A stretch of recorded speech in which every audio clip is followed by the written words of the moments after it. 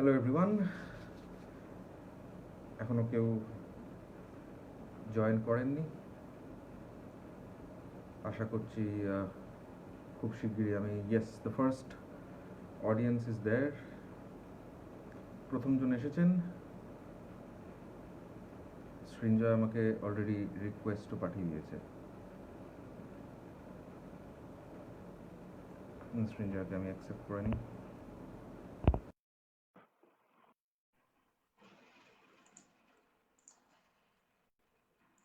Connecting. Yeah. Yes. Hi, bro.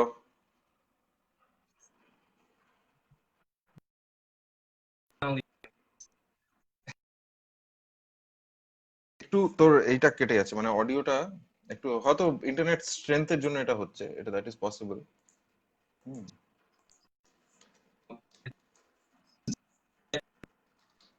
এইখানে আমরা কি আগের দিন এখানে টেস্টিংটা করছিলাম? Yeah, I mean, I'm on data, so that's what it is. So it doesn't matter. It's not a Wi-Fi related thing. আচ্ছা আচ্ছা আচ্ছা, বুঝতে পেরেছি। সাউন্ড ঠিক আছে, এটা জানতে পারছি। তো আজকে ফার্স্ট আমি এটা বলি, আমি কোনো ইন্ট্রোডাকশন দেওয়ার আগে সৃঞ্জয়কে আজকে তাড়াতাড়ি পেয়ে গেছি, তাই ওকে করে নিয়েছি। But this is artist spotlight episode 6 with Srinjoy Banerjee. Srinjoy আমার বহু পুরনো বন্ধু এবং he is one of the finest guitar players of the country, I feel, যেটা আমি কিনা ওখানেও লিখেছি। এবং আরেকটা কথা হচ্ছে, নিচে আমি আরেকবার আগের দিনও দিয়েছিলাম আরতি ফর গার্লস, এইটার আমি ডোনেশন ক্যাম্পেইনটা নিচে আমি রেখেছি। যারা মনে করবেন যে এই কনভারসেশনটা, ইয়েস, আন্টি বলছেন যে সৃঞ্জয় ভিডিও ইজ পুয়ার, একটুখানি খারাপ রয়েছে, যত আমরা এগোবো হয়তো আস্তে আস্তে স্টেবল হয়ে যাবে, কারণ ইন্টারনেট সত্যি ফ্লাকচুয়েট করছে, ইন্টারনেটের স্ট্রেংথটা বিভিন্ন টাইমে। তো আরতি ফর গার্লস এই ডোনেশন জন্য এই ক্যাম্পেইনটা রয়েছে, যেটা আমি নিচে দিয়ে রেখেছি। কারো যদি মনে হয় যে তারা কোনো রকম সাহায্য করতে পারেন, তাহলে ডেফিনেটলি সেটা করুন। এবং বাট হ্যাঁ, অ্যাকচুয়ালি ইন্টারনেটটা এমন একটা অবস্থা হয়ে রয়েছে যে মানে একদমই তোর কথাটা ঠিক মতো শোনা যাচ্ছে না। আমিও সেটাই Let me join back in. Hope Let's. করছি। সেটা কর, সেটা কর, হ্যাঁ।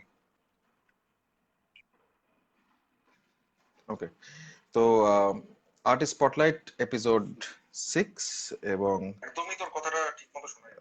ইয়েস, ওর সাইডে এই প্রবলেমটা হয়ে রয়েছে। 5-6 জন দেখছেন। Sarbari Chatterjee is watching, hello. Raili, hello. Imon, hello. Akash Debnath দেখছেন, হ্যালো। রত্নদীপ দেখছে, এবং সাক্ষী আন্টি দেখছেন। সাক্ষী আন্টি সৃঞ্জয়ের মা, এবং she has been so kind over the years. আমরা ওনাদের বাড়িতে আজ অব্দি সমস্ত রিহার্সালস করেছি, almost all of the rehearsals. আর এবং আঙ্কেল এবং আন্টি, তারা সঙ্গীত রসিক, তারা দুজনেই। এবং কাজেই আমরা একদম নির্বিঘ্নে বহুদিন ধরে রিহার্সাল করে যেতে পেরেছি। নানান রকমের, এছাড়াও প্রোগ্রামস দেখতে যাওয়া, শুনতে যাওয়া, সমস্ত সময়তে ওনারা সব সময়তেই আছেন এবং ছিলেন, এবং আগামী দিনেও থাকবেন। কথাগুলি দেখছে, হ্যালো কথাগুলি।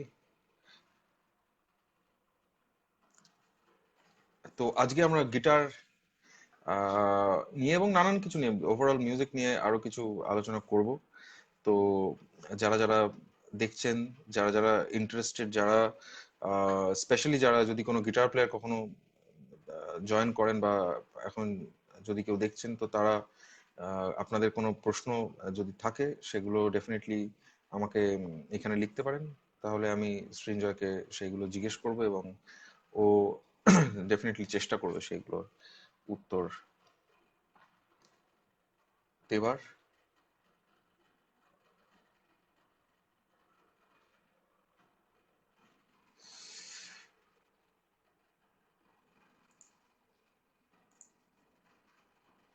ইন দ্য মিন টাইম আবার বলে রাখি যে আরতি ফর গার্লস এইটার ডোনেশনের জন্য আজকে আমি নিচে ক্যাম্পেইনটা রেখেছি।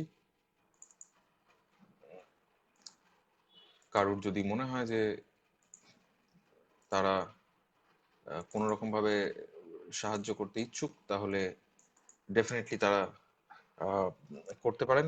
আবার সৃঞ্জয় ফেরত এসছে, আমি দেখি এবার কি অবস্থা কানেকশনের। ওকে, I yeah, hope that's a little better. Looks better, yeah. Cool. So, see if we can hear things fine. I'll just do a little basic test to see if the guitar signal is good. See how that rolls. হ্যাঁ, Yeah. ইয়া, গিটারটা ভালো লাগছে। এবং আমি বলবো যে যদি যখন তুই জেনারেলি কথা বলবি, তখন যদি তুই একটুখানি Yeah. আগে চলে আসিস, মানে যেই জায়গাটায় Sure. মাইকটা রয়েছে, তারপরে Sure. আবার Sure. বাজানোর সময় you can just back off little bit and then আমরা তখন এটা Way করতে back. পারি। ইয়া, তো ফার্স্ট কোয়েশ্চেনটা আমি যেটা করতে চাই সেটা হচ্ছে যে এইটা বল যে আহ, কি, মানে আমি কি বুঝবো যদি আমাকে কেউ বলে যে this is jazz music, what do you understand? Right. I mean, it's a style. I mean, at the most broad, superficial level, it's a genre.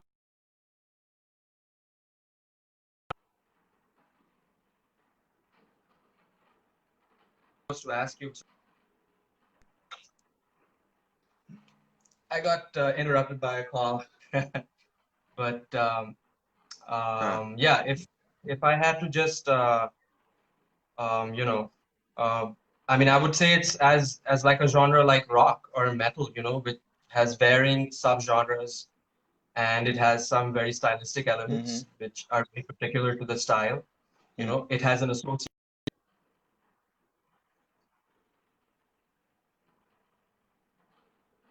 It obeys the same kind of structure as any other genre or style, right?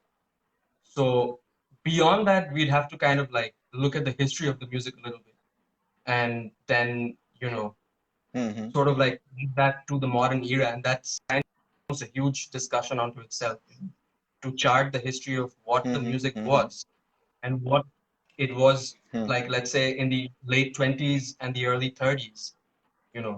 Like, you know, one of like hmm, there was hmm, this guy Jelly Roll Morton. Okay, he was this strike like, you know, piano player, and you know, so he kind of like fashions himself to be the godfather of jazz, or you know, and you know, thereafter we have people hmm, like Louis Armstrong, that from New Orleans. So it, I mean, you can look at it from a geographical location, but then the thing already started spreading in the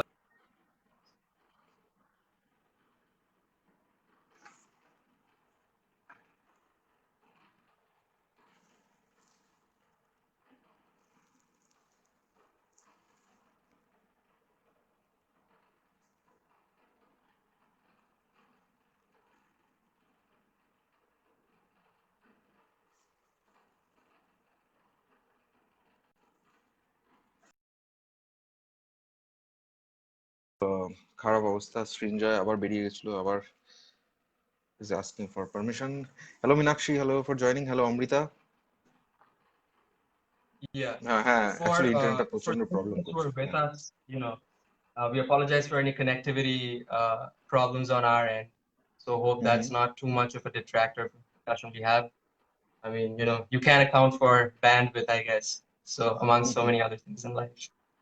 But just to get back to what we were speaking about, hmm, hmm, so you would really have to look at history, and you would basically, before you know, you speak of jazz as a singular term, we just have to acknowledge that stylistically it has kind of evolved, fractured, and hmm, changed so many times. To pin one thing as being jazz definitively would hmm, hmm, basically kind of be a myopic kind of viewpoint. Hmm, hmm, So, I mean, one could give a very general answer that, okay, you wanna, I mean, which would be to just listen to the music, you know, and it would be as simple as hmm, saying, hmm, okay, listen to Louis Armstrong or listen to Miles Davis, right? And you know, that would be hmm, one hmm, hmm, answer to it, you know, because we associate, like with any style, you know, like we associate certain very important figures or bands or what have you as like being fundamental to the genesis of the style and how it was hmm, hmm, formed, you know. Hmm, hmm, So that's one way. But I mean, there are certain things which characterizes the music, which, we can get into. But essentially, there is no easy answer to that question outside of somebody going out to actually listen to that music and, for themselves. Right. So, So, আরেকটা ভালো খবর, Paddy is watching. Paddy oh, yeah. লিখছে, what's up brothers? Yeah, so both of us are fine. What's up with you, Paddy? I'm following your sessions on Sundays. Those are great sessions, and for people who don't know who Pradyumna Singh Manot, he's there. He's one of the finest pianists of our country, and আমি তো প্যাডির music সবসময় তো follow করি. He's a great inspiration, and Rimi Guho is watching. Thank you all of you. আচ্ছা, আমি second কোয়েশ্চেনটা এবার আমাকে বল যে এই এই পুরো জিনিসটার মধ্যে what is the importance of guitar in jazz music? Well, traditionally, the guitar didn't really come to occupy a pivotal role in the history of jazz until, we get to Charlie Christian, you know. So prior to that, during the swing era around the 30s, you had guys like Freddie Green, and it was purely playing a role of a rhythm instrument, very much sitting inside the rhythm section, you know. And, it wasn't up until, you had innovations in the electric guitar pickup design. And, you first had the amplified, electric guitar. And then you had someone like Charlie Christian who sort of really took a hold of that and kind of translated that into a solo voice.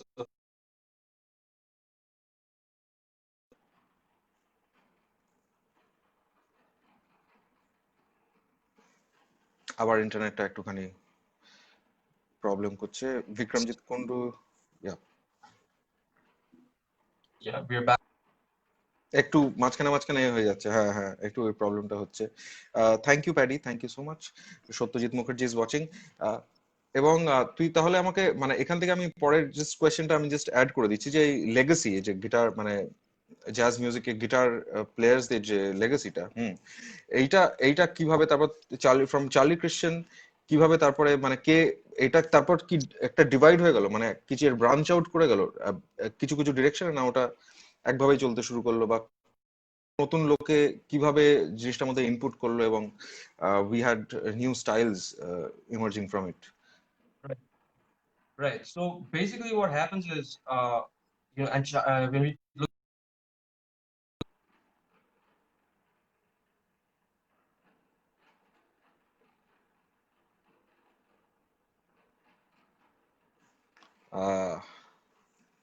Internet, the internet scene is terrible. yeah. এটা খুব খারাপ. Actually answer গুলো কিছু শোনাই যাচ্ছে না practically ভাবে বলতে গেলে, মানে 30-40% All right. Let's try a few other things. Let's see how this one works out. How's this one? Is this better, or are we kind of? এখনো তো ঠিক সব, শুরুতে সবই ঠিক লাগছে, যখন উত্তরটা দিতে শুরু করছিস তখন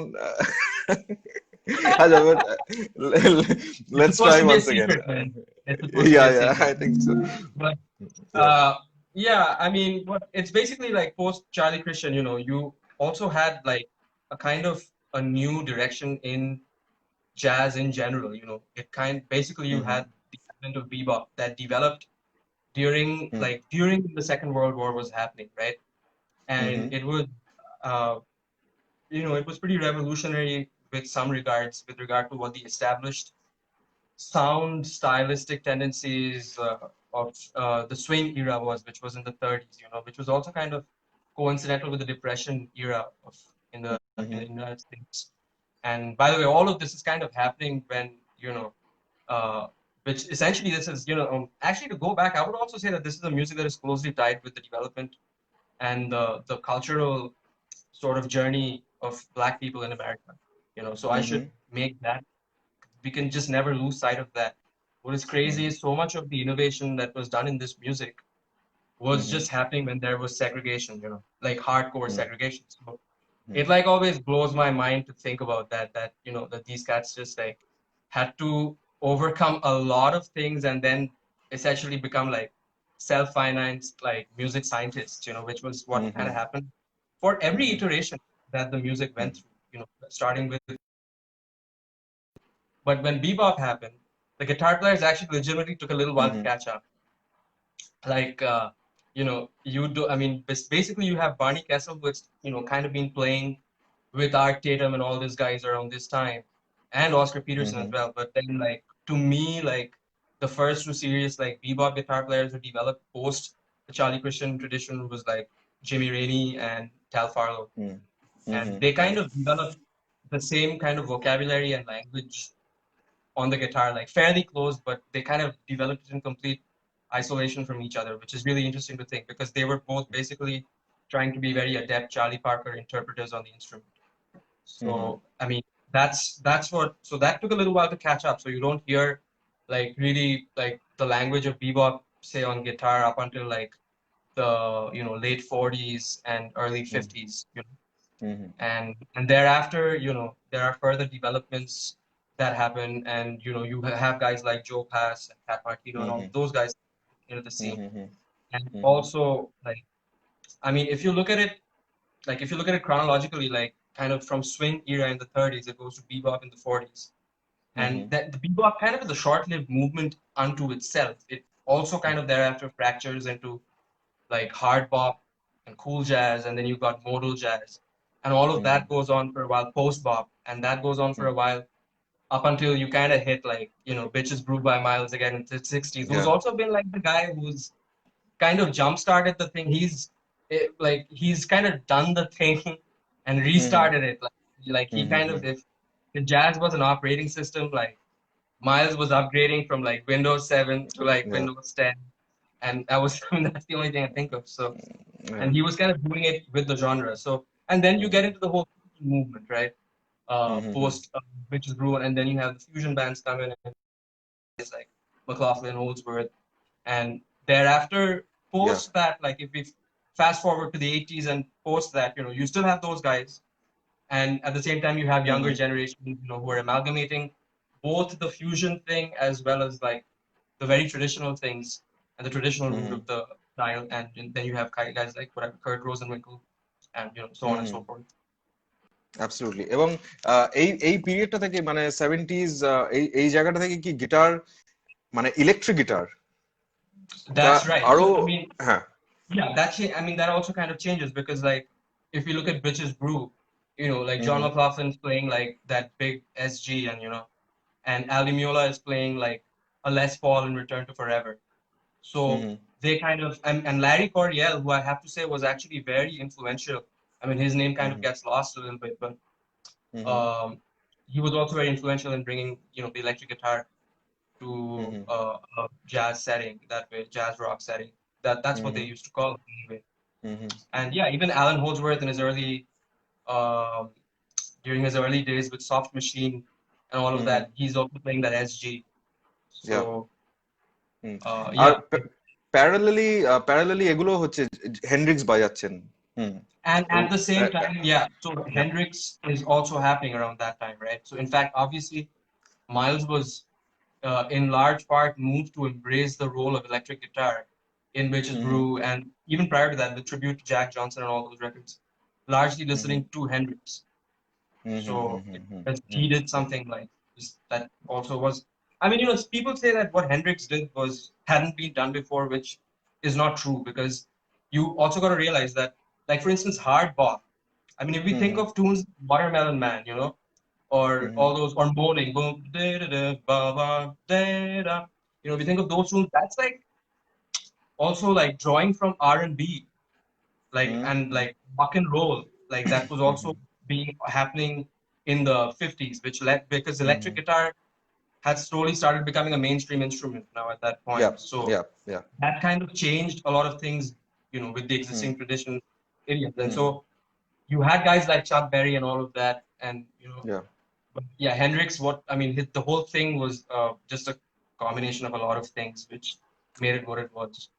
Absolutely, and I think during the 80s মানে যখন রক মুভমেন্টটা পুরো শুরু হলো 80s রক এবং সেখান থেকে 90s music everything now guitar is now all over the place Like Yeah, yeah, it is one of the most popular instruments in the world, এবং তারপর থেকে it really আমি বলবো it was like a boom yeah, it 80s was. থেকে যদি ওভাবে consider করি, especially I mean, electric I would guitar. actually say the boom happened even before that in terms of just the popularity of the instrument, right? Mm-hmm. That happened, I would say, from the 50s, Like, Mm-hmm. and I mean, a lot of what we think of like hard rock or heavy metal, in many ways, the seeds of it was literally sown in the late 50s. So, Okay. and then, what happened is that stuff got exported to like the UK, right? And Mm-hmm. so, Jimmy Page and all those guys, they Yeah. saw all those like the blues guys from Chicago, Mm-hmm. so that was a huge thing. So so I would say like, yeah, from like 60s, like the instrument itself became super important and ever pervasive in pop Mm-hmm. music and all musics, I guess, from like the 50s onwards. And yeah, I mean, it just has continued to grow really. Like, I mean, it's there Absolutely. everywhere. So I mean, I Absolutely. always like, yeah, if you're gonna need a plumber, you're gonna need a guitar player. Right? Like, 'cause, I mean, even MIDI technology hasn't really come close to getting that thing. Uh-huh. So it still happens to be an indispensable instrument, and that's cool. So আচ্ছা, তাহলে এইবারে অন্য একটা জিনিস নিয়ে আলোচনা করি, that is specific to guitar but not jazz. সেটা হচ্ছে যে সবচেয়ে আহ, কি বলবো, মানে অ্যাপার্ট ফ্রম যেই স্টাইলস গুলো ধর ফোক স্টাইলস বা যেগুলো ট্র্যাডিশনাল মিউজিক স্টাইলস, ধরেন জিপসি বা এখানে যেখানে ধর গিটার ব্যবহার হচ্ছে বহু বছর ধরে, হ্যাঁ, right. সেটা ছাড়া মানে যেমন লিউট থেকে পরে মিউজিক ক্লাসিক্যাল গিটারের উপর চলে এসছে। Right, তো right, right, এই right. এই যে জায়গাগুলো, এই জায়গাগুলোর ইনফ্লুয়েন্সটা কি করে জ্যাজের ওপর কি আদৌ এসে পড়েছে, না মানে ওটা ইন্ডিপেন্ডেন্টলি Yeah, চলেছে so এটা? I mean, I would say it's cross-pollinated, right? It's cross-pollinated because the time that you had guys like Charlie Christian, and actually even there were some other guitar players prior to that. Like Charlie Christian is the big name that gets spoken of, but there were also guys called Eddie Lang, and who were almost hmm like a pre Charlie Christian. And these guys influenced like folks like Django, right? On hmm hmm the in France.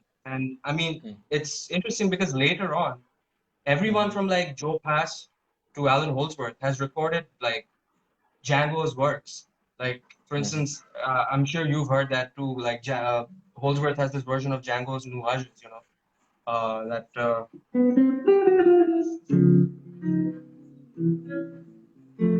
that tune.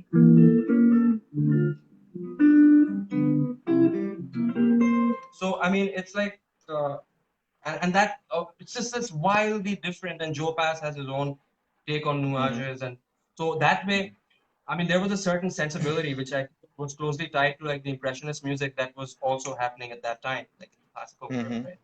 Hmm hmm hmm So and Django definitely drew from that, Yeah. like 'cause he does all those things like this hmm hmm mimics like a string quartet type of thing, like and Yeah. so I mean, that's like a very overgeneralized thing, but so yeah, I mean that is there. And if you want to talk about flamenco, for instance, right, hmm hmm which is its own thing, absolutely, and draws from like the classical canon fused with the folk and Catalanian canon in Spain. But if you think of a band like the Doors, hmm and the guitar player Robbie Krieger, he used to hmm like take flamenco lessons, and he had a very idiosyncratic style that developed as a result of that. He would play finger style, and uh, I mean his music, I mean his guitar playing, I think like again is highly idiosyncratic. There aren't too many people recording during that time who kind of sounded like that. Like he sounded totally like his own guy, completely hmm unto hmm himself.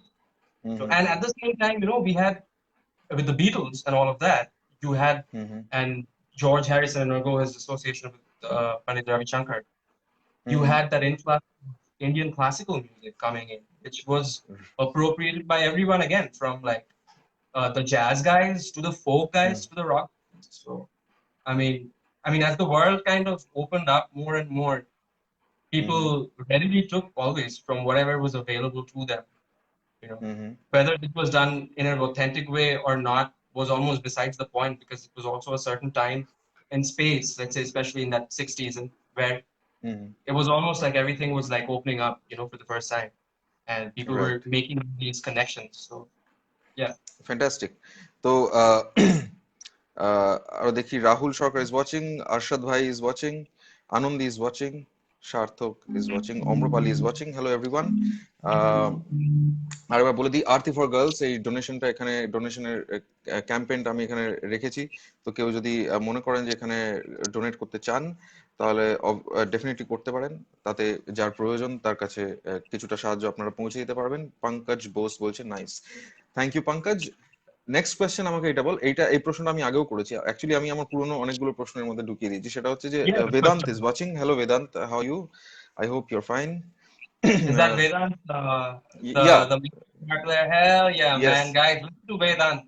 Amazing guitar player, one of the finest guitar players in the country. Plays with Ginger.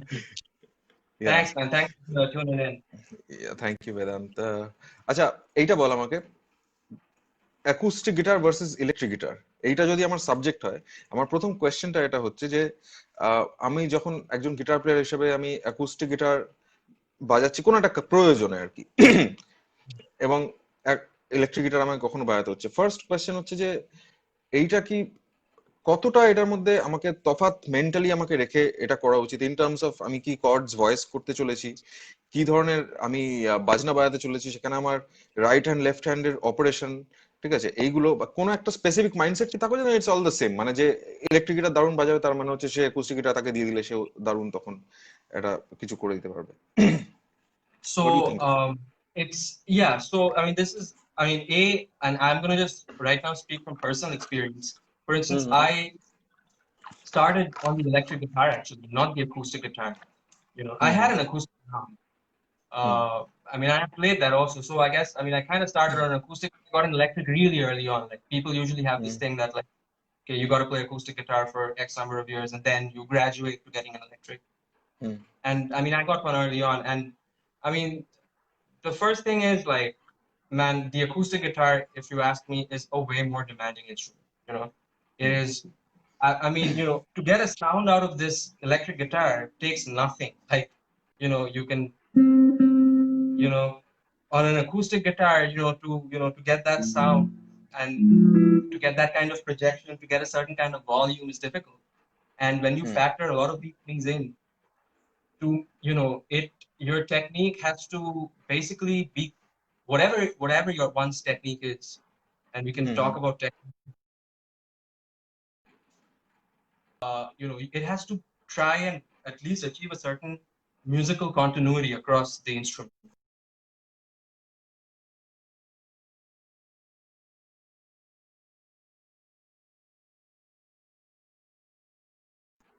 Expresses oneself on an electric guitar versus an acoustic guitar, that disparity, if there is for a certain individual, will definitely be minimized depending on how on the nature of the instrument. Like, Yeah.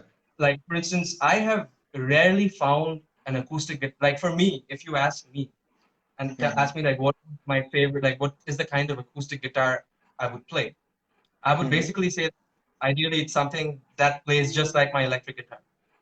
Yeah. How much that's really possible or not is not really my concern. Like I want an instrument that is super playable. And it's interesting if you think about like all those recordings, like the Friday Night in San Francisco recordings, like back then ovations, right? Those ovation acoustic guitars were like kind of labeled as, okay, these are the acoustic guitars you can really shred on, right? Yeah. And they kind of, and those guys also used it. Even Ingve, I remember in his concert, like playing an ovation, classical guitar. But so definitely, like there is a kind of a and for instance, if you look at the gypsy jazz guitars, those are kind of designed and styled in a certain way so as to maximize projection and things like that. So for if you really want to talk about like what purpose is it being used for, you have to factor a lot of things in. So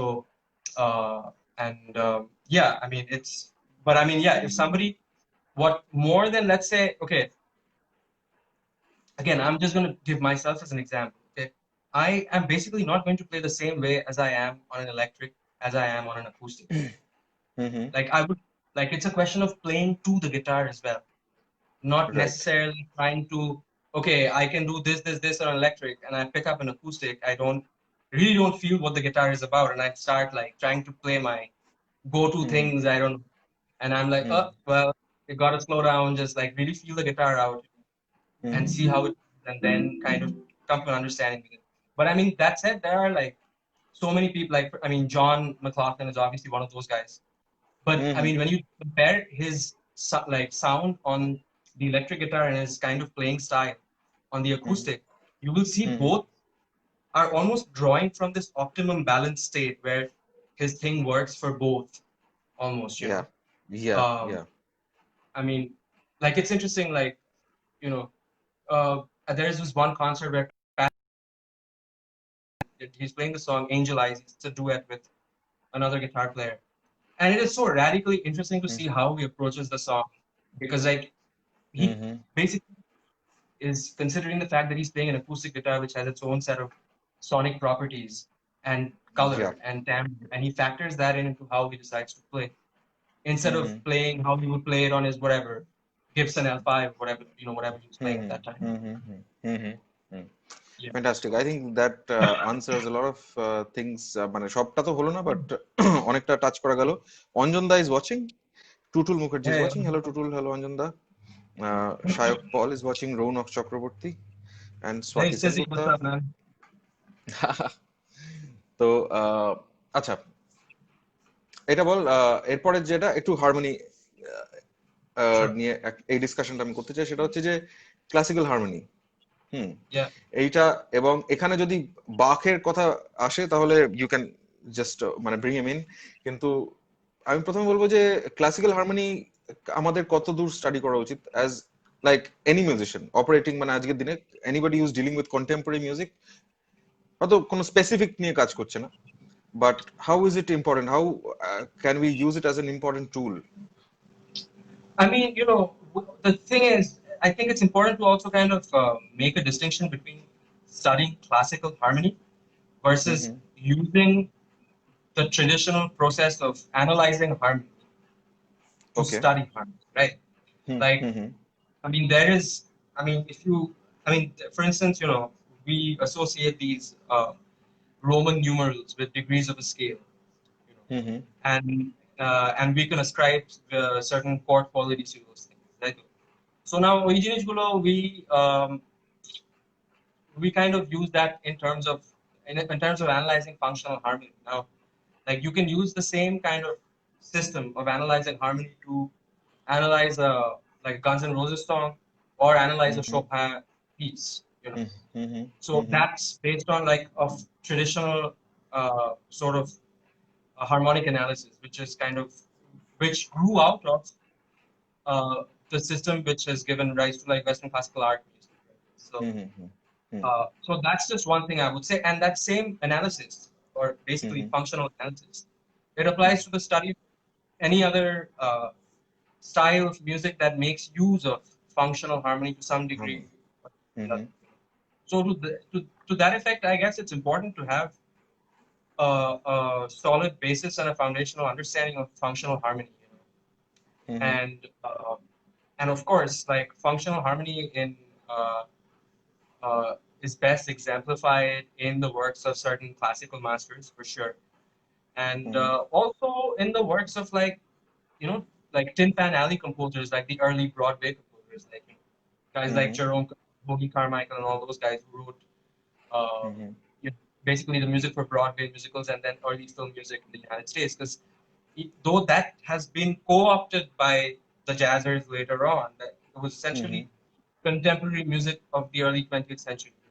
You think you talk about things like Gershwin and so on, you know, and they were also writing out of a functional system of harmony, and you know, and we can go so far into like, you know, the early rock stuff, you know, whether it's TC or whatever, like Crosby, Stills and Nash or the Beatles, you know, all of that stuff is very, very, very much grounded in functional harmony, and you know, it's like functional harmony also is not just like 1 4 5 1, you know, it's not just that, like, because functional harmony gives you the tools to account for everything from like modal interchange to, you know, pivot chords and all those things, and you know, also being able to see how you move around between different keys.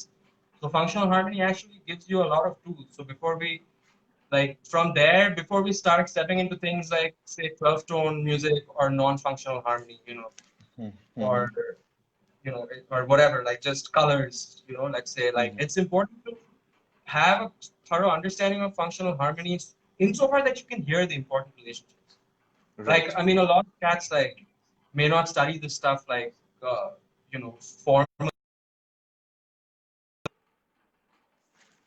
like what is it really all about? Like, I mean, whatever, I mean, and usually everybody like hears it at some point or the other, like, just to give an example, let's say if you had a drone and you're coming up with a melody, uh, drawing from like the major scale, at some point you would be moved and I say this not from a modal perspective, okay, but a functional perspective, that you at some point would be moved to change that bass drone, because you would find that one note, the way it's landing in a certain rhythm, that you'd be like, man, all of these things were working, and I know it's from the major scale, so it's not a note that's outside the scale, but for some reason it's not working with that tonic texture anymore, and that's where things like the tonics and the subdominant and the dominant space comes about, and it's tied in with a lot of other things, like how you have like the overtone series and all of that, and that's kind Right, of a more right. yeah. আর এখান থেকে তারপরে আমি তাহলে আমাকে এটা বল যে তারপরে jazz harmony Yeah. এইটা কি করে ইভলভ করলো এখান থেকে, মানে So I mean, jazz. I mean, people kind of again make a pretty big deal out of jazz harmony, and I guess I don't know if it is a big deal or anything like that, but it's like, I mean, it's not like a Charlie Parker song is like harmonically way more complex than like a Beethoven sonata, like Debussy is like definitely more like harmonically complex than either of those two things. I mean, any composer, like depending upon the times that they're working and the sort of general understanding of like sound and harmony that is established, they can grab on, they use that, they come from that space, and then they diverge in their own personalities, which are more reflective of the harmony. Like, so if you think of a tune like, uh, I don't know, like Days of Wine and Roses, it's like a tonal thing, like, by the way, is the AC kind of bothering no, not at all, fine man. so, which is, just see if I can get a little bit of the guitar. I don't know if I can. So this tune, like, let's play it in the key of C, So the melody is like, দাদা তো ভিডিওটা একটা stand still হয়ে গেছে। okay, yeah, you paused too, let's,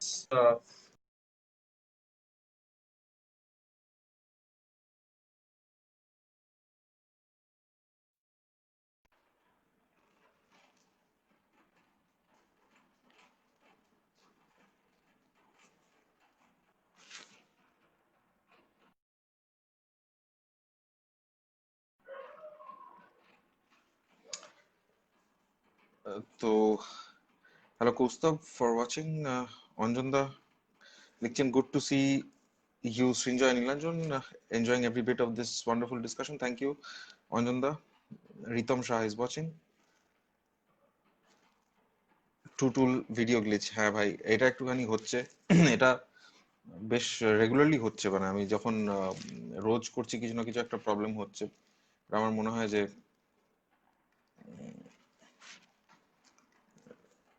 কোনো একটা specific কারণ তো থাকবে।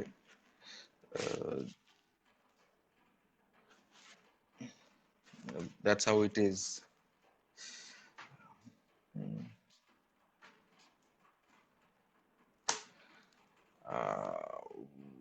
তোমাদের কটা এপিসোড হবে সব মিলিয়ে, অম্রপালি জিজ্ঞেস, আই এম নট শিওর।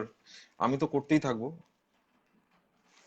আমি ডেফিনেটলি করতেই থাকবো যতক্ষণ না আমার মনে হবে যে থেমে যাওয়া উচিত, কারণ আমি অনেক প্ল্যানস আছে আমার অনেককে নিয়ে করার, এবং সবচেয়ে ইন্টারেস্টিং ব্যাপারটা হচ্ছে যে অনেকে দেখছেন এটা, এবং যেটা আমি মনে করবো যে এটাই ইটসেলফ এটা একটা সাকসেস, যে অনেকে দেখছেন এবং পছন্দ করছেন। তো আমি এখন ডেফিনেটলি এটা কন্টিনিউ করবো, অ্যাটলিস্ট 1-1.5 মাস তো করবোই, এবং যতটা রেগুলার ইন্টারভেলে করা যায় সেই চেষ্টা করব। আগামীকালও আছে। রনক লিখছে Srinjoy the greatest. Yes indeed. Pappu Shukla is watching. Hello Pappu. Surajit Bashuballik is watching with you. Thank you Surajit for joining. Srinjay is back. Yes. I don't know if you're in a bad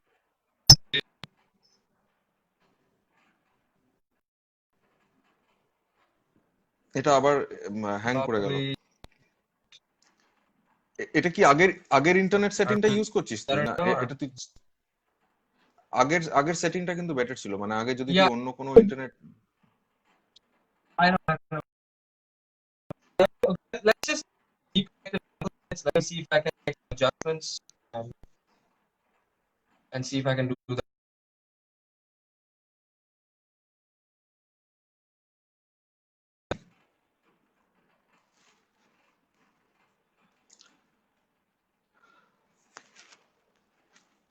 আমরা সবে jazz harmony নিয়ে আলোচনা করা শুরু করেছি এবং শ্রীঞ্জয় একটা কিছু ডেমনস্ট্রেট করতে যাচ্ছিল, যে সময় আমি ওকে থামিয়ে দিলাম কারণ ওর ভিডিওটা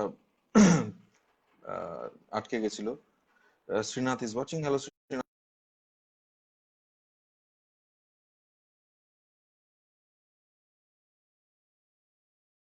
যে আরতি ফর গার্লস এই ডোনেশন ক্যাম্পেইনটা আমি রেখেছি আজকের এখানে।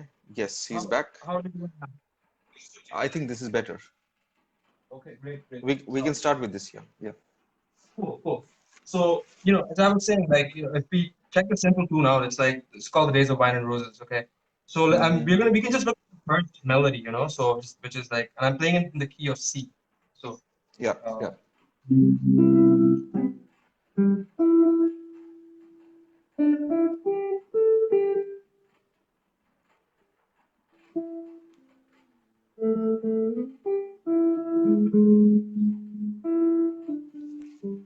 So let's just like take that, and or even let's look at the first thing.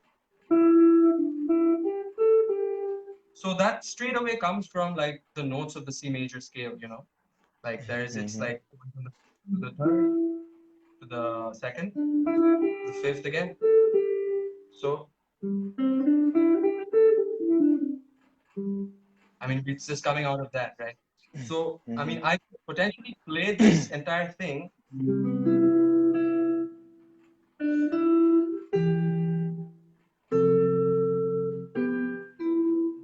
So I played that entire melody harmonized against C major, just to show that like, so this is part of, so this is not the harmony though.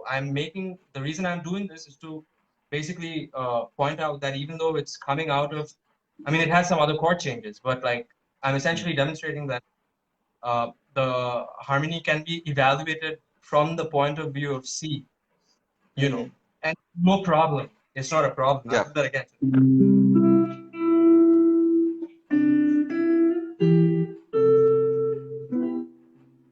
Okay. Yeah. But that's not what the harmony is.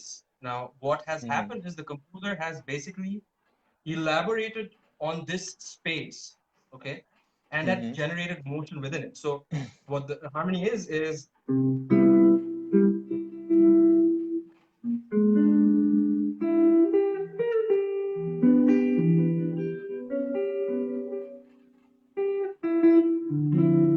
so I'll play that once again to my lovely horrible client that I just played.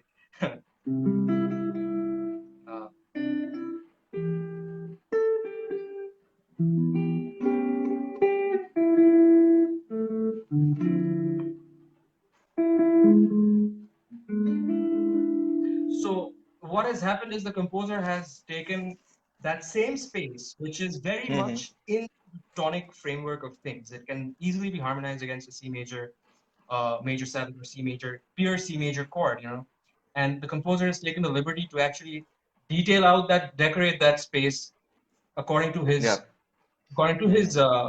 whatever vibe he was feeling. And if we look at the chords that have been used, they can all sort of be analyzed with regard to the key of C. So the first chord, it's a 1 chord, and then it goes to this chord, which is against a B flat bass, you know. So one might be, tempted to ask, so what happened? C major, doesn't contain the note B flat, and how are we kind of putting this B flat in? Just a minute, sorry. It's got everything to do with the fact that it is kind of related to another uh, another scale here. You can.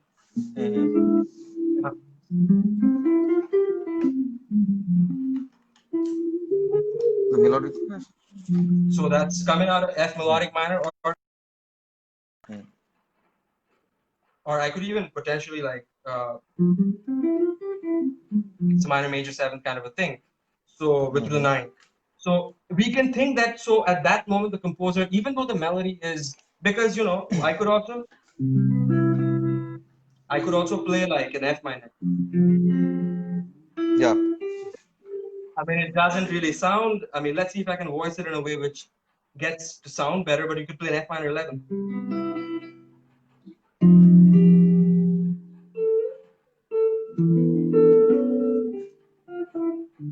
So, and then we go to that D minor. So we are looking up until we go to that D minor, and so he chooses this chord. And now, if you look at it from a functional analysis point of view, that's like a flat 7 dominant chord. It's got a dominant chord, and then it goes to that E minor chord. So, I mean, I'm just gonna dive into because I don't want to get too detailed into it, but at the same time, hopefully, I mean, we can get into it in a little more detail if you want to. But the point is, it goes from here, goes there, which is not in key of C, but it's related. It's related because it's related to a parallel mode. And then also, where does this go? This can also be suspiciously similar to this chord, which is an E7, which is secondary dominant. Yeah. Like I see one note and I get the other chord. And that E7 chord most certainly can be thought of as like a secondary or an extended dominant which goes to the minor. Okay. And then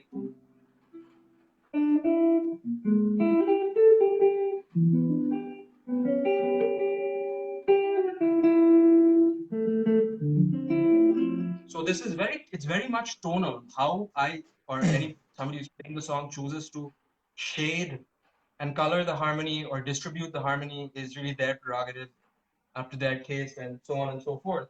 But the fact is, this is not necessarily very complicated harmony. Like it's quite simple harmony. I mean, and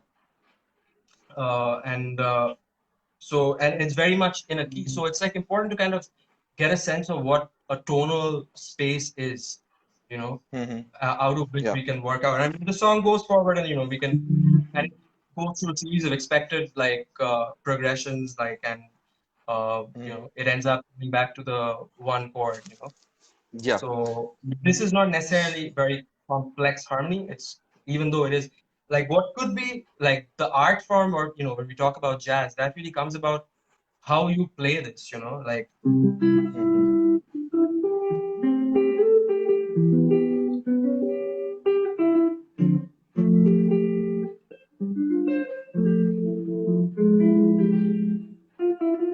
Yeah.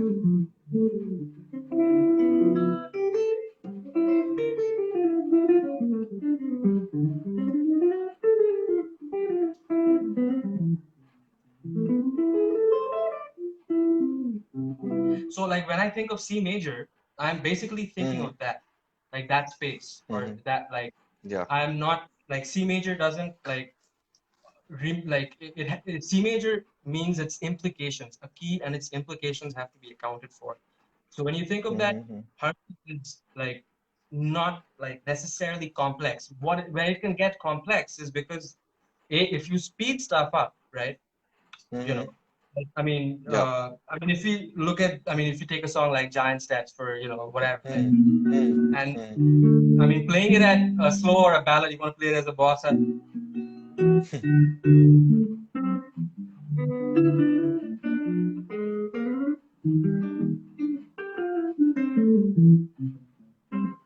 But you jack this up to like 5,000 BPM, and suddenly you're like, oh. So, I mean, it's really like the complexity of harmony is not, I guess, like contingent on like the number of seventh chords or like the kind of modulations that are happening. Of course, those are a factor, how many times you're modulating or how fast, but it's a variety of things. Like, uh, like, I mean, if you think of like impressionist composers like Eric Satie, who kind of worked around like just kind of a one chord back for large parts. And it's not, one wouldn't necessarily think it's complex harmony, but the implication of how he's dealing with melody and Yeah. harmonic technique is in a way sense sophisticated, and it was new for its time. So, like Yeah. complexity versus simplicity in harmony is also not that easy a question to answer. And for instance, think about it. Like, in harmony, people always talk about voice leading, right? Like voice lead your harmonies. So like, especially when we talk about like Bach and stuff, it's all about it's all about like functional harmony and like voice leading that stuff, right? Voice leading. But Yeah. yeah, but like, let's say if Kurt Cobain had like voice led the riff to like Smells Like Teen Spirit, like, he that song wouldn't basically be what it is, because the Yeah. whole reason why that song sounds like the way it does is because those riffs aren't voice led. They're not played to the next nearest like chord form. They're like and in a sense it's modern, right? Because it's like a constant structure, and this is related to the guitar also. How you can take a constant structure and just move it around and Yeah. generate like for instance, let's just take whatever, like take some kind of absurd structure, like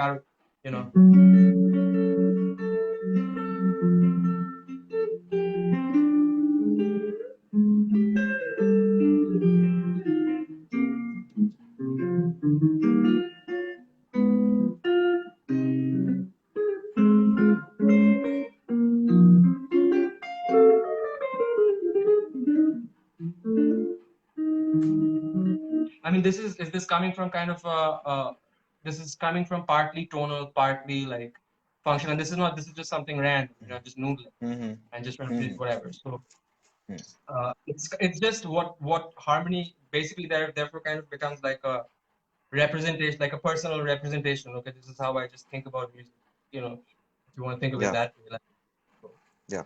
like, I don't know if that really answers the question, but like. But হ্যাঁ, মানে এটা আরেকটু আমি detailing করে দিচ্ছি এই So, কোয়েশ্চেনটার মধ্যে পরের কোয়েশ্চেনটা দিয়ে, সেটা হচ্ছে which is the subject of substitutions and reharmonization. এবং right. আমি এবারে যেটা বলতে চাই সেটা হচ্ছে যে let's take up a simpler example, মানে যেরকম আমরা ফোনে একদিন করছিলাম যে Right. Either twinkle twinkle or happy birthday, এরকম কোনো একটা Right. গান নিয়ে যদি আমি করি, তো that becomes more relatable. So let's এবং হাউ উড ইউ, আমি বলবো যে ধরে নে ফর রিহারমোনাইজেশন পারপাসেস এটাকে yeah. কোনোভাবে অ্যাজ আ ডিগ্রি, মানে from basic to advanced, Kind এরকম of, যদি yeah. আমি ভাবি, how would you organize Let's look at what you call it. Twinkle Twinkle Little Star. So let's play it in the key of C, or like let's try it.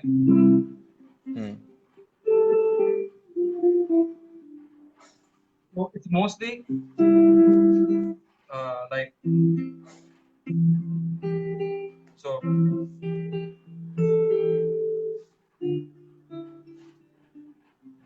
So what did I just played that melody against two notes, okay? So Yeah. I mean, I could have kept it against the same note too, perhaps, like. But when it goes to that A, so you see, like it wants to move somewhere else. So I mean, Yeah. right? Let's just look at that, and that's basically going from 1 to 4. It's a so this is like a first inversion of the one chord, goes to the 4.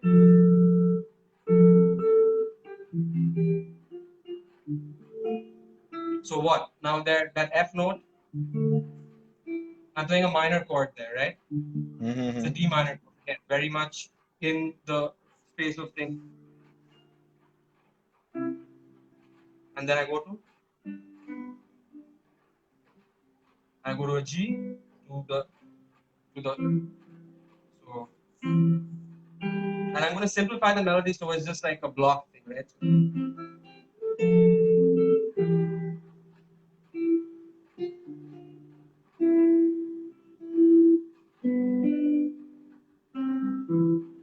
Right? And that's basically going through completely tonic functions, right? It goes from 1, goes to 4, or comes back to 1, you know, maybe for a little flavor, we throw in a 2 chord there, you know. And also, you know, it's got to be observed that, like, when we talk about, like, in harmony, when we talk about, like, the tonic, the subdominant, and the dominant function, functional harmony, like 1, 3, and 6 kind of occupy the same headspace, harmonic headspace, if you will. Same for the 4, and the 5 and 7 are their own things, like more unstable ones. So now if we take that same thing, like of let's say one step to change this up, you know, I'm not going into the rest of the song because this is enough to demonstrate what we need for our. So I mean, the first thing is I could grab the relative minor, right? That's an easy hack, right? So you started on A minor, like, so you go with. Now I can actually keep the whole thing in A minor.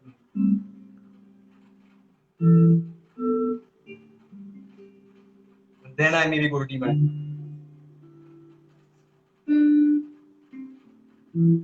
Maybe that's, so it's all an A minor function at that point. And I play like an E minor 11th chord, like a sus chord, but it's all, again, all part of the scale, no outside notes, no nothing.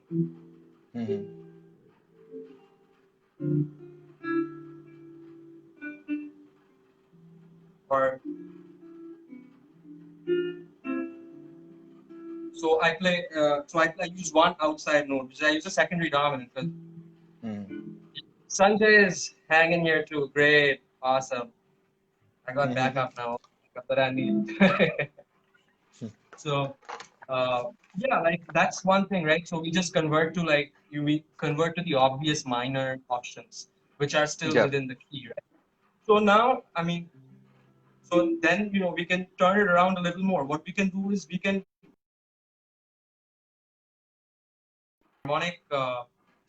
harmonic motions quicker, right? We could try something like that. We could go like.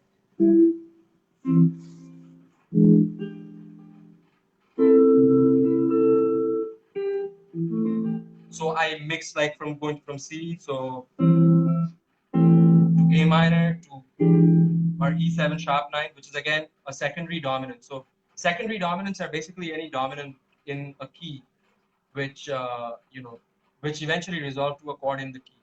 You know, in this case, like.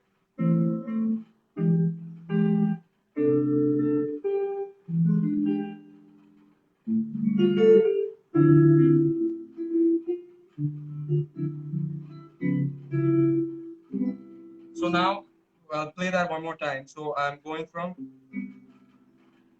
and I can even use the Days of Wine and Roses harmony if you go ahead.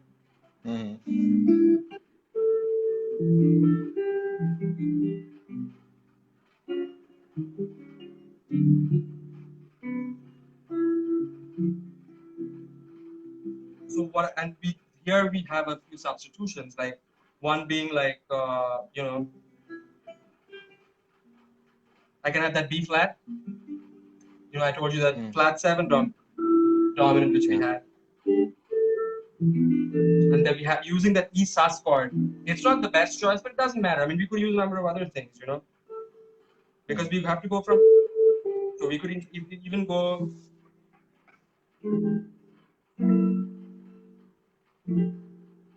Okay. I went to F, and then I went to going from C major, again an inversion, to an E7 sharp 9, the Hendrix chord. Sorry, put the guitar up.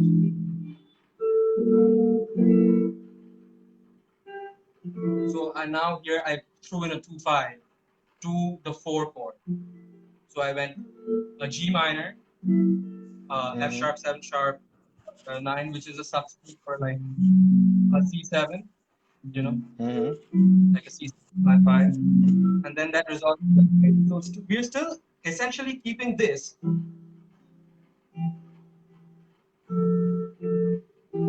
but I am decorating that as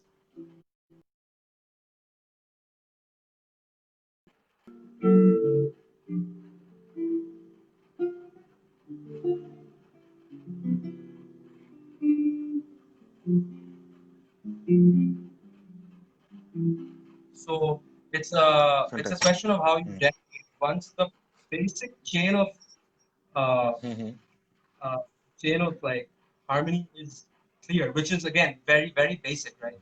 It's going from essentially 1 to 4 to 5 and back to 1, right? You know, once you have that basic framework in place, we can look at embellishments by utilizing other chords from the key, you know, and things like that. I mean, now, an absurd way to do this would be to start the entire thing with like a B suspended chord, you know, or let's say, no, let's start it with like a F minor, like an A flat augmented chord, you know. And you might think, hey, that's a bit strange, no business. But again, voice leading saves the day. So, so we have.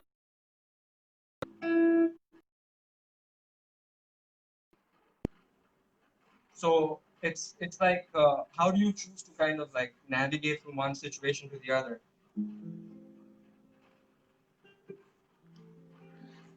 Absolutely. এবং এটা যে I think for reharmonization we can visit like 1,000 different ways to do it.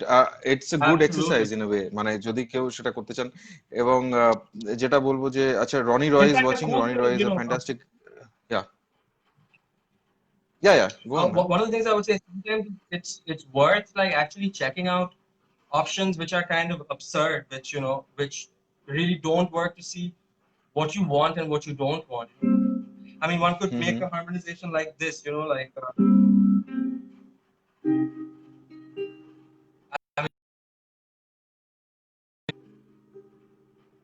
and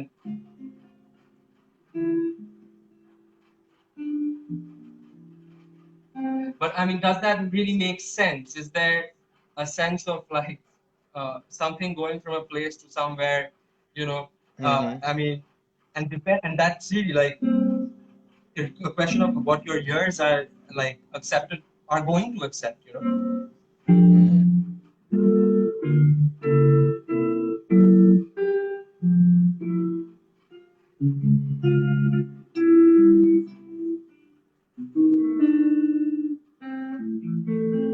And I go to like I modulate to the minor key medium.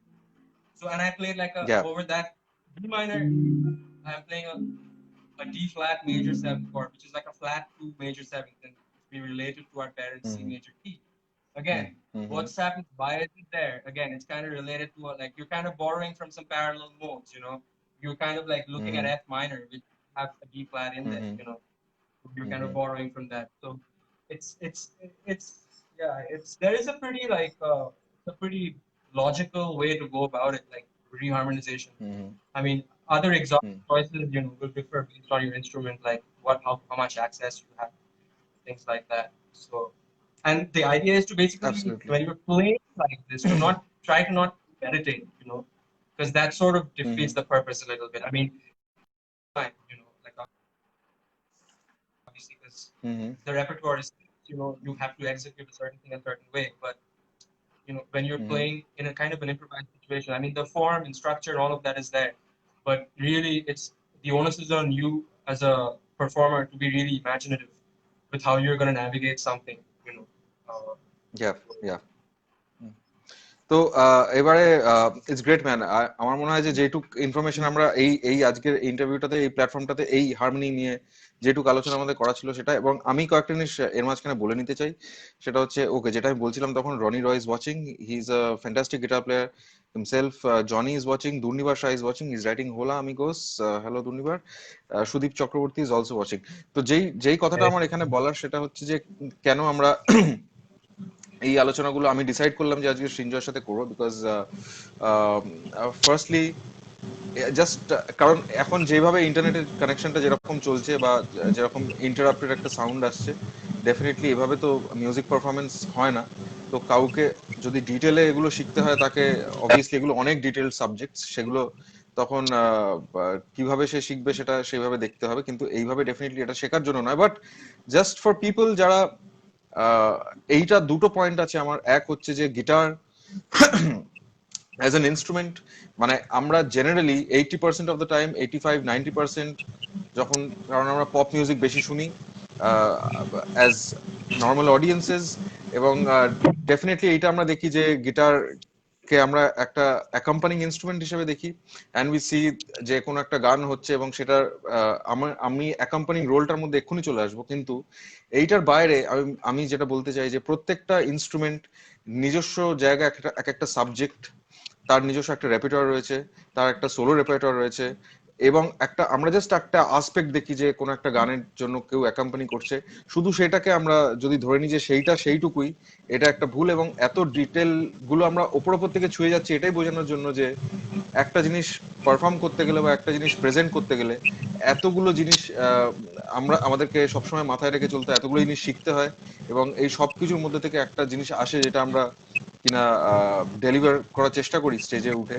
তো definitely যারা আগ্রহী হলেন আজকে, যে you can definitely try and learn deeper, go deeper into the subject and try and know more about things which are related to guitar itself and music overall. একটা আওয়াজ আসছে জানিস তো তোর ওদিক থেকে? Could be the air conditioner. I don't know. Oh, now it's gone. Now it's gone. It's gone. Oh, cool.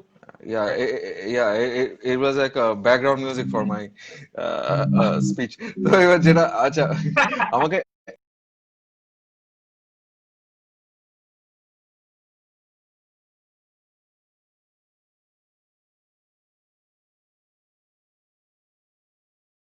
যখন ধর I think you froze up for a second, yeah so just repeat that question. ইয়া আমি যেটা বলতে চাই, এখন এখন আমি যেটা নিয়ে ছোট্ট করে আলোচনা করতে চাই সেটা হচ্ছে অ্যাকম্পানিং এ ভোকালিস্ট। তো এবং the vocalist is basically from an Indian classical background, ঠিক আছে? এই জায়গা থেকে যদি কেউ হয়, এইটা একটা ছোট্ট একটা ওভারভিউর জন্য আমি বলছি যে এইরকম একটা সিস্টেম থেকে যদি কেউ আসে এবং সে যদি কোনো একটা পারফরমেন্স করছে, তো এই ক্ষেত্রে তুই কিভাবে ওটাকে দেখছিস পুরো জিনিসটাকে, যে তখন তোকে কিভাবে অ্যাকম্পানি করতে হবে, ওভারঅল একজন ভোকালিস্টকে অ্যাকম্পানি করার যে থিওরিটা বা তোর যে আন্ডারস্ট্যান্ডিংটা আছে সেটাকে এটার উপর ইমপ্লাই করে তারপরে how are you dealing with something like Indian classical music, যেটা সে তখন পারফর্ম করছে, তখন কি রকম অ্যাডজাস্টমেন্টস করতে হচ্ছে?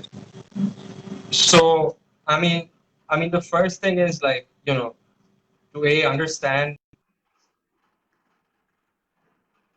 basically, I mean, a lot of things are common to the study of a particular thing, right? So, I mean, let's say, like for instance, when we were playing together, we have played in certain situations like that, for instance, and the process is again like you check out, try to get a sense of what the repertoire is, you know, what are they doing? Is it what kind of a song is it? Try and get some info about that.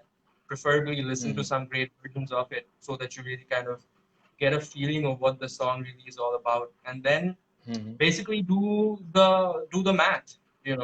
I mean, if it's a particular rag, like you try and like, I mean, one thing is, I mean, the most obvious answer is okay, you kind of harmonize the rag and so on and so forth, but that doesn't really give you a clue into what the music is about, like Right. at so then you have to kind of look into like what the scheme is of ascending and descending, uh, phrases and things like that. Look at some typical phrases, try to get a sense of the phrasing, and then kind of figure out like what works quarterly, and and again, like sometimes in a situation like this, it's very easy to overdo it. It is just very easy to overdo it. You think that okay, well, I could do this, and this, and you do it, but it doesn't necessarily sound good because the your motivation behind how you're approaching an accompaniment situation, like let's say against a Hindustani classical kind of situation, that maybe is running counterintuitive to how the music is actually being thought about by the person who's singing. Right, right. Yeah, right. So if that is not, I mean, and in some senses, if you have played, that's why people talk about, playing with someone or playing with a certain group of people for a while to kind of understand how they're thinking about certain things too. Because that's important. And if it's like, I get called tomorrow, to like, let's say somebody calls me and gives me a cappella, like, just a solo Indian classical, whatever, thumri, and says, can you like play guitar on, record it. So basically sit down, listen to it, and then basically go through all the harmonic possibilities, and then Mm-hmm. pick the one that to me sounds good, and projects, most importantly, projects the rhythmic nuance of the phrasing, because as Mm-hmm. we all know, like every particular, like if we talk about jazz, has that whole swing and eighth note swing phrasing, and Mm-hmm. that's a different thing. If we look at Afro-Cuban, bossa nova, all of that, like it's a different kind of phrasing. Every Mm-hmm. style, every idiom, every genre has its own kind of way of thinking about time, conceiving time, how they Mm-hmm. subdivide like phrases, things like that. So you have to factor that into the accompaniment as well. Like one thing that for sure is very unique to Indian classic, like accompanying for a Western instrument in Indian classical music, is like the harmonic rhythms in a sense are not even. Like when we Right. talk about playing, like it's not like that, or like it could be,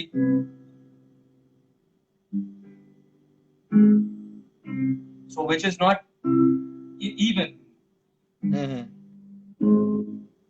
I don't know if this, I'm just giving an Mm-hmm. example. This doesn't have to relate to anything in the Indian classical repertoire, but the point is the harmonic rhythm is not like even there because of certain phrases that are focusing on certain notes. So Mm-hmm. Yeah. you have to hang, and yeah, you end up, I mean, you just have to be like kind of like intelligent about it, as well as like kind of really dig it, hear it, figure out what it's Mm-hmm. all about, work around with Mm-hmm. it. Like sometimes you think, okay, kind of a D minor chord baste at a certain point, and you're playing D minor, and you think, oh, it would be a great idea to turn that into a D minor 9, and suddenly it's like you're gonna get a funny look, because maybe that, Yeah. because if the rag is coming out of like a, I don't know, it's a synthetic rag. Mm. So often if you're gonna go from, that's gonna be a disconnect, because this is not really there. It wants to go. So as an extension, you can just put that note, even though in your head you're like, okay, D minor 7, so I should technically be able to throw in like some extensions. You have to be careful about that. You gotta figure out, like as with anything, like you have to figure out what's happening, what is making that thing tick. So yeah, exactly that's এবং আমার একটা জিনিস মনে পড়লো সেটা হচ্ছে যে একবার I think you did guitar arrangement for Tagore song that's right, that's right. Like just like kind of yeah like a yeah guitar picking a string quartet kind of thing. Exactly হ্যাঁ Yeah. তো ওইটা করার সময় what were you, because I really liked it, মানে what were you thinking যে এটা কি যে কোনো Yeah. স্পেসিফিক কোনো connection? Yeah. So like I'm trying to remember like the what this we do in the key of C, like everything we're doing. Yeah.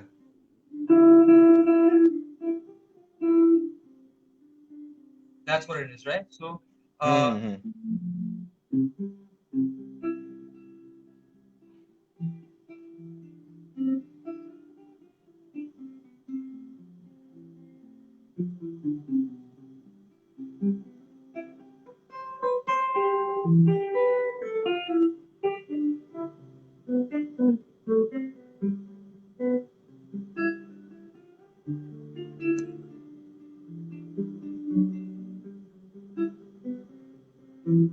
I mean, the concept was to just kind of approach, like, again, take the melody, you know. Aunty বলছেন পুরানো সেই দিনের কথা ছিল.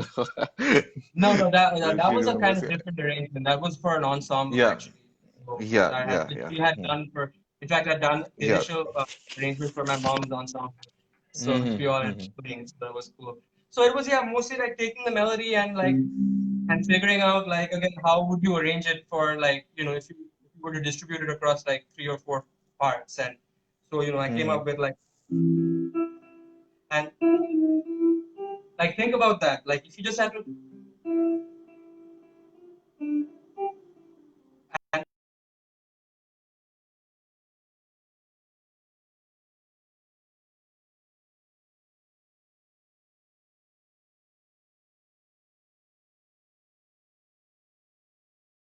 use those embellishments or those approach notes as part of inner moving voices and things like that, and have like a Mm-hmm. Mm-hmm.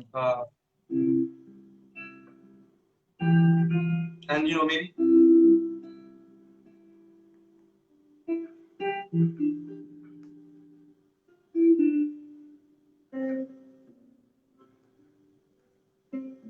I can play that, which is again not part of the thing. And I mean, you can really do whatever you want with it. Like, I mean, again, you have to. Now, I'm not really necessarily like concerned with like offending any Rabindranath Pandit theories when I'm doing this. It's like, I mean, I don't even remember actually why I did. Maybe it was for like, oh yeah, it was for a film that somebody was looking to hire me for, and like, I don't think they had the bills, man. So it ended up being things that you just do, and you don't actually send to the person, just like take it Yeah, and put it somewhere else. one of those things. Yeah. Yeah, one of those. So I just Yeah. I ended up. In fact, I ended up putting it out so that they didn't rip it off before. So it was like, hey, Jesus, some of these cats like take this, it's already up there. Rip it Yeah. off. আচ্ছা, So এবারে just last সেগমেন্টটা চলে আসি, এটা quickly এটার মধ্যে দিয়ে চলে yeah, যাবো। তুই সকালে আমাকে যে 10টা অ্যালবামের এটা right, পাঠিয়েছিলি, কাভার্স গুলো পাঠিয়েছিলি, আমি তার মধ্যে থেকে যেটা যেটা আমি একটা কয়টা সিলেক্ট করলাম। একটা হচ্ছে স্টিলি ড্যানের টু এগেইনস্ট নেচার। এই oh অ্যালবামটা, yeah, এটা এটা কেন তোর ভালো লাগে? oh my এটা কেন God, ভালো man. লাগে I তোর? mean, I think so. A lot of my favorite musicians are playing on it. Chris okay. Potter is playing horn. হ্যাঁ। Probably Keith Tarnock is, I think, playing drums on that one. Okay. I think Wayne Krantz is playing on a bunch of the tracks, and man, like the thing that I love about Steely Dan is like, I mean, if I could write lyrics like that, uh, and I mean, I consider myself to be a pretty terrible person when it comes to writing lyrics. Like, I mean, I don't really, I don't know. So it's just like it's amazing, man. The way that I mean, when I was younger, I remember having this discussion with somebody, and I asked them, like, how do you like represent sarcasm and humor through music? One answer we have with Frank Zappa, you know. Like I think one of the reasons I love Steely Dan is for the same reasons that I like Frank Zappa, Though they're musically coming from pretty different, like one guy is like pretty freaky and wild, and the other Steely Dan is almost like polished to the point of being like parody, Like Yeah. it's so like, almost all of their songs in some senses is a parody of like contemporary pop, but it's like done like amazingly well, and the lyrics really, like, so much of it is just the lyrics. It's just like Yeah, yeah. so like, and I enjoy singing some of those songs. Like, I'm doing some inner karaoke. Yeah. The I second mean, so second the যেটা music part আমি, is one thing. yeah, yeah. Yeah, go ahead. Yeah. তো second album যেটা আমি pick করলাম, এটা হচ্ছে obviously Allan হোলসওয়ার্থের I O U, which is the live in Japan Yeah, 1984. yeah, এইটা কেন? yeah. I mean, so I acquired copy of this when I was like, I think in my last year of high school, or maybe before I left for college. So maybe around 2004, 2005, I acquired a copy of it. And, I mean, I had heard of Alan Holdsworth, and I was like, okay, I need to check this guy out because this guy's name keeps coming up. And yeah, I played it. I mean, I got it. I played it. And like, like, like, I didn't even know what to make of it. Like, I don't even know if I had much of a reaction to it. It was like something that I figured that, yeah, like, you're going to come back to this at a later date. And I think so much of it was because of a contradiction in what I saw as the singer, right? It's Paul Williams. He's wearing this golf shirt, like he's Yeah, coming in from the yeah. golf course, and then you have this unassuming guy who's like fixing his own guitar prior to the gig. He's putting on the strings, and it's just, and I think Chad Backerman's drumming was actually a huge part of what Oh, like yeah, yeah. what really like pulled me, because his drumming is like just insane on that record, and just like I just didn't hear anything like that, at that point. I mean, I had heard Mahavishnu Orchestra at that point, and you know, and that has got its own story. I remember listening to like Slayer in the car, and then like I had also picked up the Mahavishnu Orchestra cassette at that time from Planet M, which has been demolished, I think, a long time ago. But like, so I remember I was like, okay, like heavy music, okay, want to listen to some heavy music. So I put the Mahavishnu Orchestra in after Slayer. We was listening to like Seasons in the Abyss or whatever, and I'm like, wow, I thought like you couldn't be heavier than that. This is like too heavy. I'm gonna turn it off. Actually, this is too heavy for me, man. I'm gonna turn it off. Again, it was one of those things that I realized that what, you're gonna come back to this later on. Like go through whatever cycle you're going through right now or phase you're going through, but like just mark it down. Like Yeah. check back later when your ears can kind of, because I really, a lot of it, like I don't think my ears, even on any level, I mean, I just knew that there was something that was happening, man. Like whatever it was, like it was really its own thing.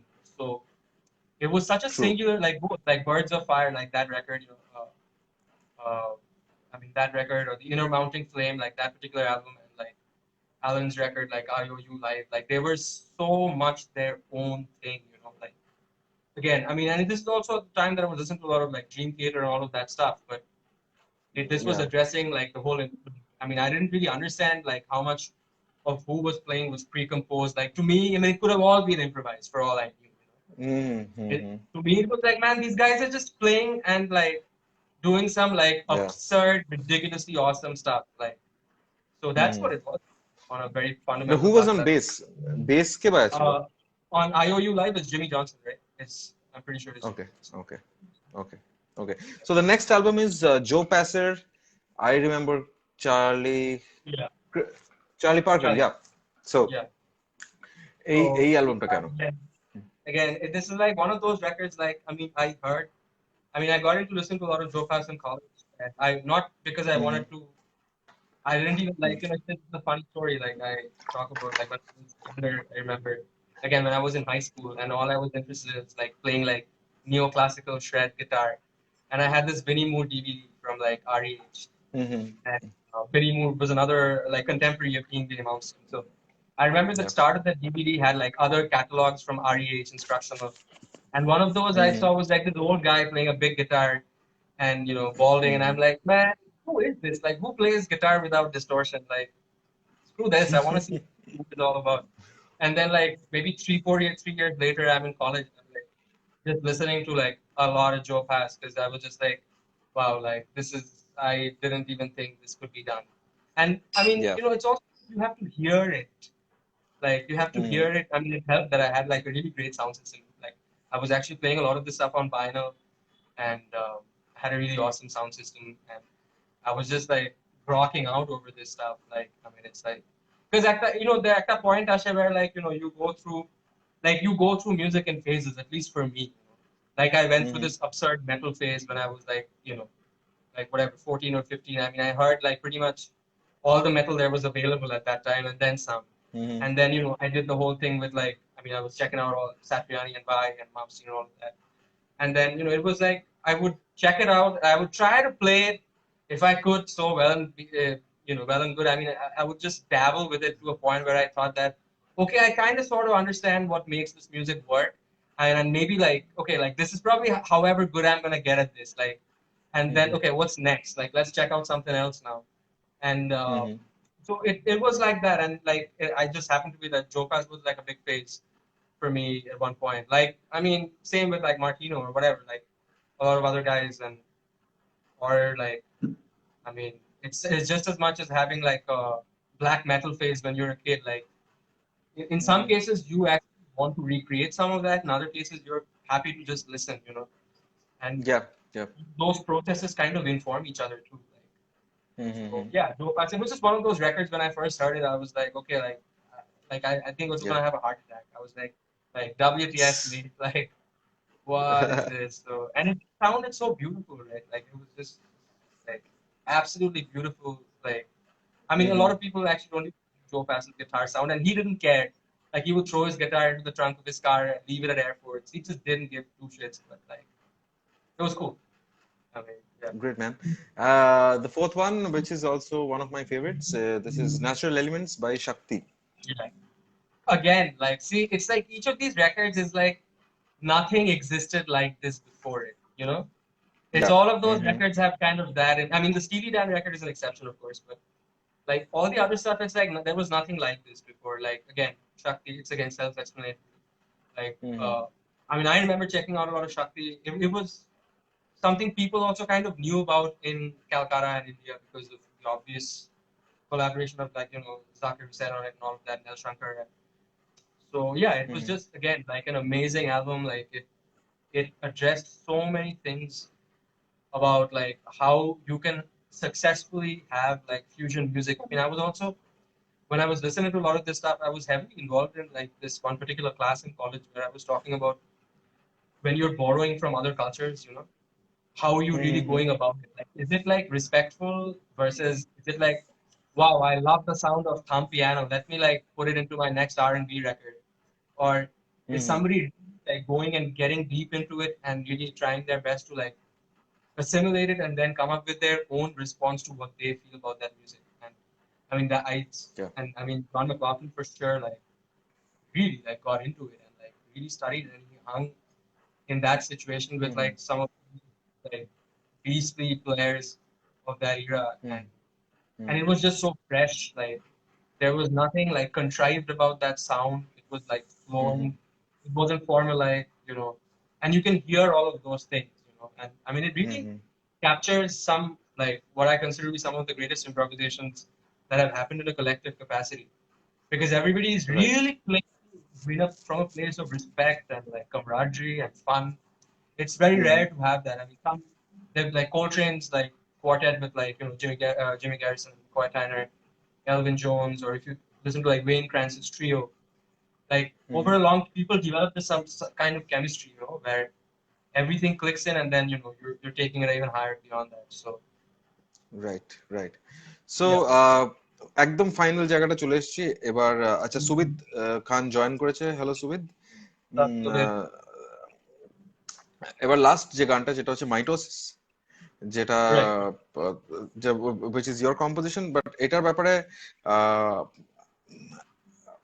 মানে let's not discuss about this song কারণ আমি চাইবো যে তুই একটুখানি বাজা এই গানটা এবং Sure. যেটার Sure. পরে আমরা যেটা করব যে আমরা পুরো সেশনটা হয়তো শেষ করব আফটার Yeah. দ্যাট কিন্তু আগে থেকে সবাইকে বলে রাখি যে এখানে ইন্টারনেটের একটা ডিসরাপশন হচ্ছে কাজেই হয়তো সবকিছু একদম নিট অ্যান্ড ক্লিন শোনা যাচ্ছে না এই গানটা অলরেডি রেকর্ড করে probably it is already on available for people to listen to and they can go and check this song out ভালো রেকর্ডিং কোয়ালিটিতে বাট আমি তাও রিকোয়েস্ট করবো সৃঞ্জয়কে যে ও যদি একটু it's one of his songs one of my favourite songs mitosis Yeah, so I'll just, I mean, I don't really play this song too often solo because we usually recorded this with like trio or quartet, but maybe I'll just riff off a little bit from the tune. I'll just play it freely, I won't really play it in yeah time or anything, yeah just to get a sense of what it sounds like.